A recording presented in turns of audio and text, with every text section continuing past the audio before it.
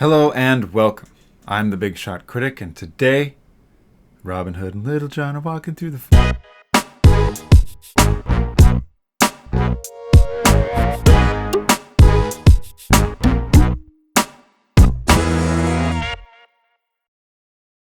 Robin Hood is the 21st animated feature from Disney, and it's about the fabled outlaw who stole from the rich and gave to the poor during Prince John's wicked stewardship of the throne while his brother, King Richard, was off on a crusade. It was directed by a guy named Wolfgang Reitherman. Reitherman was a German-American who was recruited by Disney in the 30s and became a legendary animator in his own right. But he was still working for Disney, and Disney had a way he liked things done. Even though Walt died a few years before Robin Hood, his methods were still in effect. I like Robin Hood, but the truth is it has a very major flaw. And this flaw seems to be due to Walt's background and philosophy.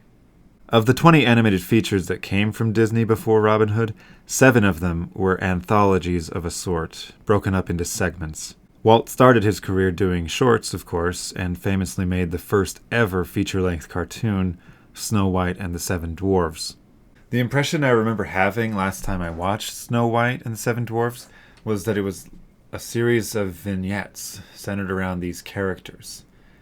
It was clearly broken up into segments, and Robin Hood is the same way. Walt's approach to long-form storytelling seems to be to make a bunch of shorts and just smush them together.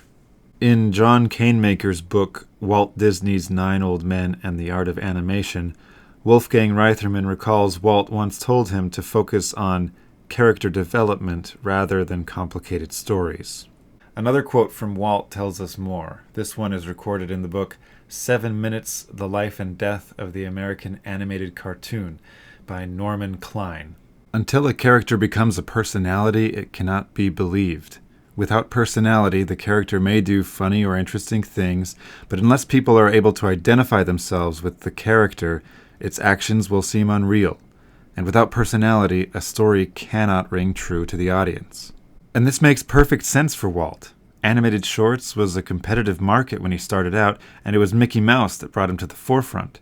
Mickey Mouse showed more personality and was better developed than his rivals.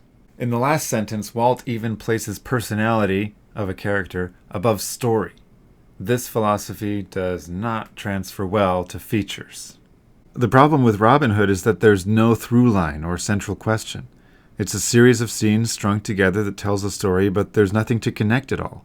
First there's one scene, and then another, and there's no overarching goal to connect them. In this scene you want Robin Hood to get away, in that scene you want him to win the archery tournament, but what's the point of it all? For a while, I thought the central question was if Robin Hood and Maid Marian would get together. But this question didn't even come up until more than 20 minutes in, far too late for a good central question. And then it was resolved well before the movie ended. So that wasn't it. Then I thought maybe it's will King Richard return and make things right? After all the troubles the characters face do stem from King Richard's absence. And you could make the case that this is the central question, but I don't think so, because when the movie starts, Prince John has already taken over and screwed things up. Robin Hood is already an outlaw. If you really want an audience to feel the weight of a problem, you gotta show them what the world was like before the problem arrived. Otherwise, the stakes are just imaginary. And given Walt's apparent philosophy on the matter, the prognosis is clear. I had to stop making excuses for Walt. Disney just wasn't that good at making features. I hate to say it because I like this movie, but I don't see another explanation. However, Robin Hood excels in every other way. Disney's focus on developing characters is obviously very successful because even today, almost 50 years later, people still know what Oodalali is from.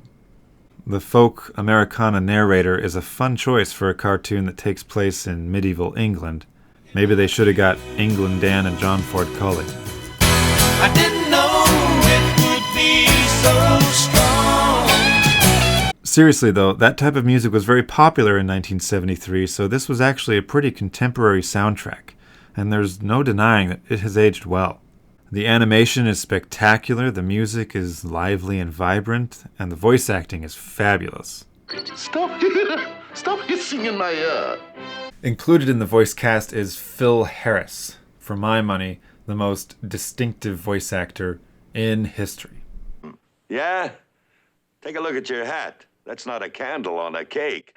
Guys, I give Robin Hood 6 out of 10 commandments.